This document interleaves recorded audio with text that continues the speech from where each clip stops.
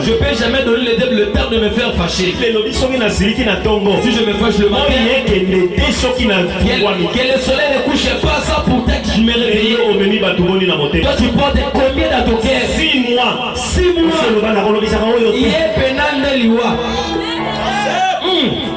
Tu ne pas transformer. La Bible dit bien aimé. Si quelqu'un est en Christ, il est devenu de nouvelles créatures. Les choses des anciennes sont passées. Bien aimé. Pourquoi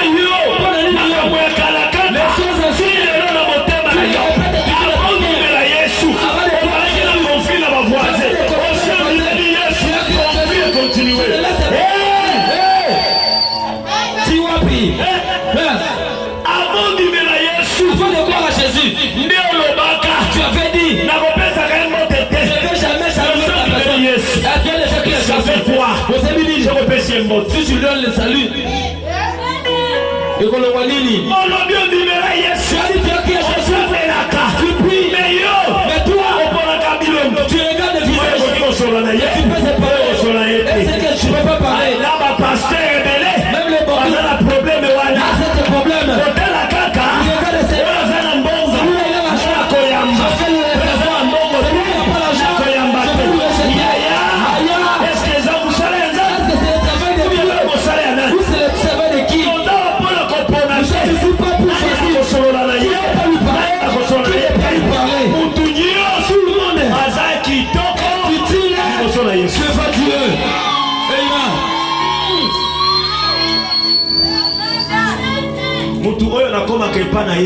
Celui qui je n'arrive pas chez lui, c'est celui que je ne connais pas sa maison.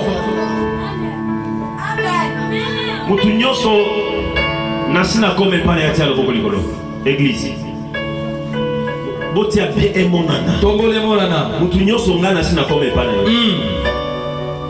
Alléluia. Amen. Mutu nyonso na koma epa na ye na note atia loboko yo apa papa ya na biso ya lelo oyo na koma epa na ye na note bato akala likolo. Ok, nani a gagné? Oya koma te obi wasi akoma. Oya koma. C'est que ngana longi déjà. J'ai déjà gagné. Acclamez pour moi. Il y a d'autres églises. Depuis au bando Sambela. Depuis que tu as commencé à dire, il y a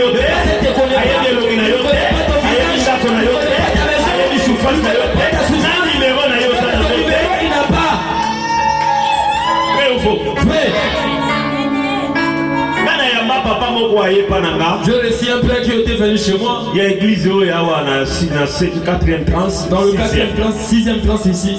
Alobini. Il a dit quoi? Papa n'a pas mon ayo. Pourquoi tu viens te voir? Ben il prophète. On m'a dit que tu es le prophète. J'ai des choses qui me dérangent. Moi je lui ai dit. Les dons que Dieu m'a donné, c'est pour les enfants que je dirige. Toi tu as ton père spirituel. Va chez ton pasteur. Parle-lui. Il va prier pour toi. La réponse qu'il m'a donnée. Il a dit papa, je suis dans l'église 5 ans aujourd'hui. Je n'ai jamais été collé avec les pasteurs. Tu parles avec qui le 5 ans là? Diaconesse. Lui-même. Ce n'est pas facile. Nombreux sont sortis, sont ici. Ils peuvent savoir ce que je dis. La foi qui a des problèmes n'a pas d'aide. Les choses anciennes, bien aimés. Comportement na yo ya kala. Ton ancien comportement abandonné. Si tu prenais du char, abandonne.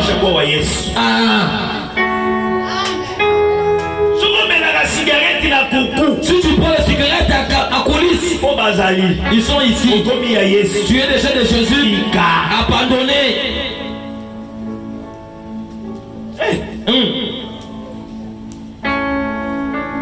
péché chéri. Le péché qui s'attache à toi. Quand tu as Jésus abandonné. Et qu'on permette. Ça va te permettre que tu t'introduises dans de nouvelles choses.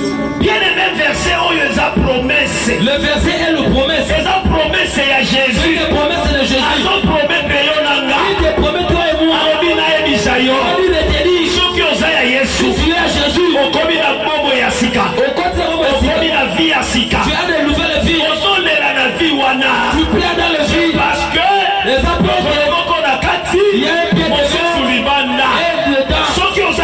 si tu es totalement.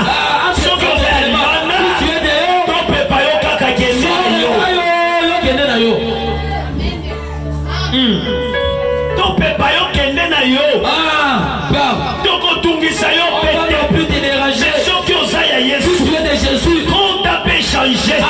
Échange. Tout ce que tu sais. Que cela va choquer quelqu'un. Ça va aussi choquer Dieu. Tout ce que tu sais. Ce que tu sais. Que tu vas choquer ton mari. Sache que ça va aussi choquer Dieu. Ce que tu sais. Ça va choquer l'église. Ça va aussi choquer Jésus. Si ça fait Jésus mal, tu es puni. Et punition est Jésus. Et la punition de Jésus, ce n'est pas comme de l'État. Ce n'est pas comme père son enfant à la maison. La Bible dit la punition de Dieu ou bien la façon dont il frappe. Ah, ça s'entend pas comme l'arme de 23. Si Jésus te frappe, il frappe silencieusement. Il y a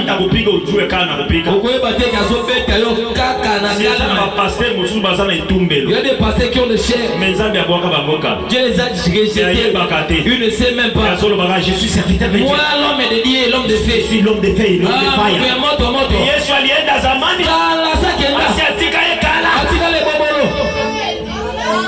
Mais dans la vie, homme de fait. Ah, moto, homme de faille. Homme de kake. De milinga. Kake na lola. Et mata. Miso ya nzambe. Olobeli. Nzambe Mungu aliachana yeye zamani. Ala, Yesu asakenda. Atikala ye moko koganga. Pe ayeba bate. Moi comprendre. Betela Yesu babo. Acclamons pour Jésus. Promesse bien-aimé. Cette promesse n'est pas ratée. Et qu'on le cadre. Promesse yo. Il faut que cette promesse s'accomplisse dans sa vie. La première, c'est qui ferait que tu vives une ça demande une chose. Arrange seulement ta bouche. Parce que ta bouche, c'est tue beaucoup. Nombre ici la bouche. Il n'a pas une autre péché. Quoi. Tuba. Frère, il n'y a pas de frère. Soga panzi. Soga bilisi. Panzi na. Ah, to panza na kaka ici là. Tanda kinzela na ye. Namona afuti transport ake mangopo. Il part à Mangopo, il paie son transport. Seulement aller là-bas pour parler le mal. Pour le mariage plus. Ah, tu paies le transport pour le mensonge. Mais offrande aux autres. Et l'offrande ici, frère. Amen. Vous êtes fâché? Amen. 1 Timothée chapitre 2 verset 3 et le dit. Car cela est bon et agréable devant Dieu. Qui veut que tous les hommes soient sauvés et parviennent à la connaissance de la vérité. Connaissance de la vérité. Depuis que tu es ici, connaissance c'est quand on a noté. Tu n'as pas été à l'université à mon papa. Combien d'années? Depuis que tu es ici, tu m'attends. Attends, diplôme ta personne diplôme nini yo. Dans sa moto. On est qui n'a pas docteur? Tu es plus qu'un docteur. Depuis ma bande yo kamate à l'église. Depuis qu'ils ont entendu la parole ici. Tu n'as pas encore changé. Il n'y a pas toujours l'intelligence. Si ton enfant étudie, première primaire a échoué. A échoué. Deuxième primaire a échoué. Troisième primaire a décision à Fimbo. Fimbo mutoto inabidi nianze mupikaka Fimbo. Kaye Fimbo. Mayele yake kuya tana Fimbo. Et atana Fimbo ya mbangu mbangu. Si Jésus dit de te frapper, depuis Yesu alobaki otika kaka. Depuis qu'il a dit de laisser, tu n'abandonnes pas. Depuis Yesu apesa ki yo mayele awa na parole na yo mayele. Dans l'intelligence, il n'y a pas toujours l'intelligence chez toi. Tika motema mabe otika kate. Le c'est la haine. 5 ans otoka na yo awa. 5 ans ici. Mais motema mabe ici là. Tu ne laisses pas la haine. Inabidi upigwe sasa. Obetama. Fimbo ndezo zela yo sikoto. Alléluia. Amen. Il faut y avoir connaissance. Tu dois avoir la connaissance. Solo. Vivre l'auteur. Ça va t'aider. Acclamons pour Jésus. Romains chapitre 12 et Tosukiwana. Rome 12. C'est pourquoi, frère, je vous supplie par la miséricorde de Dieu d'offrir vos corps. Les supplications.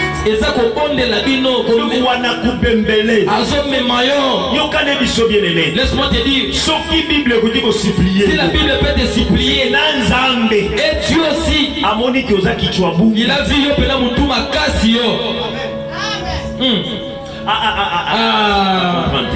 ils n'ont pas compris. Si on peut te supplier, mais toi,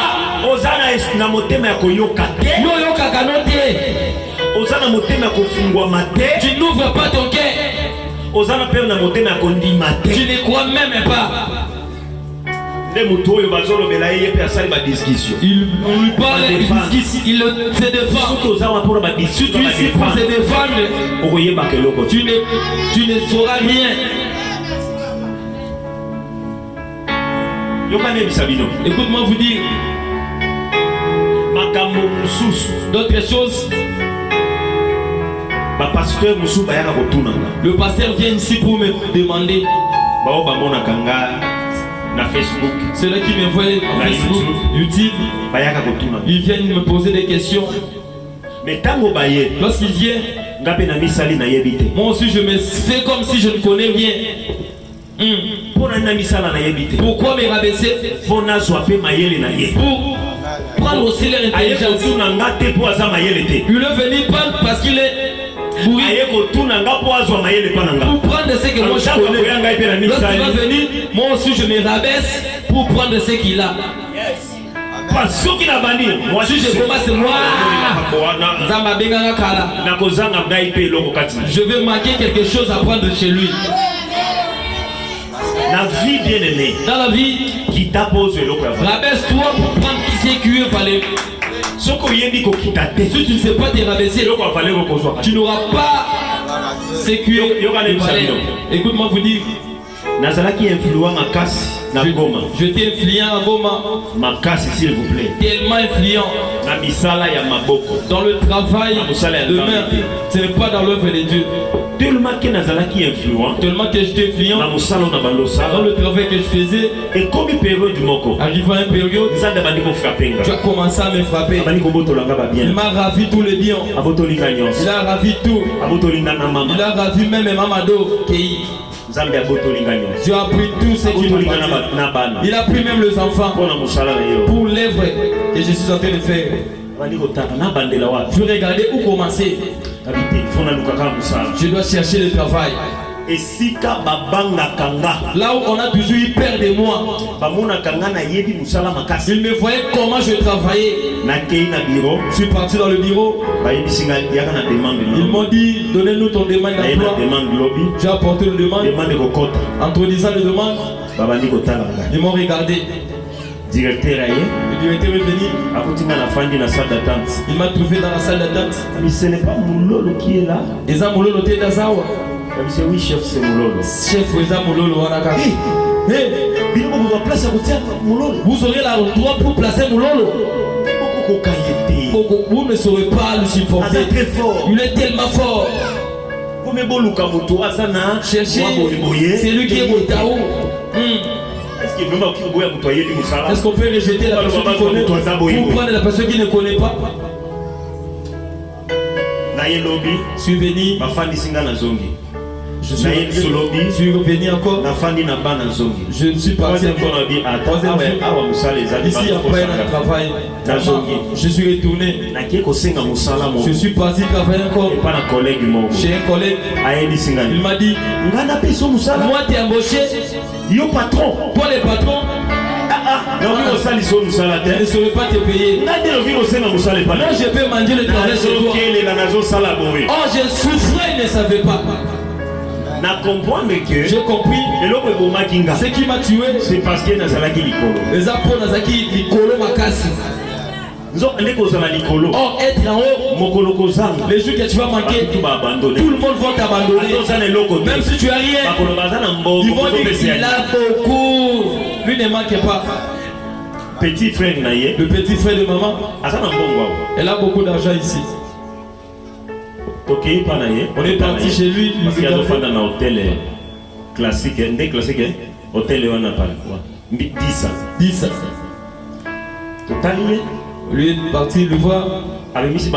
Il a fait sortir son baji, bonbon, biscuit. Lorsqu'on sortait, il a regardé dans son poche. Après c'est combien 10 000 francs. Il a donné un 10 000. Transport à l'hôpital de classe. Transport de partir à l'école. Grande sœur. Il a regardé son grande sœur. Allez, toi, il a dit. Toi tu ne manques pas. Réponse. Et pourtant, dame a sans flatter dans sa. Elle avait rien.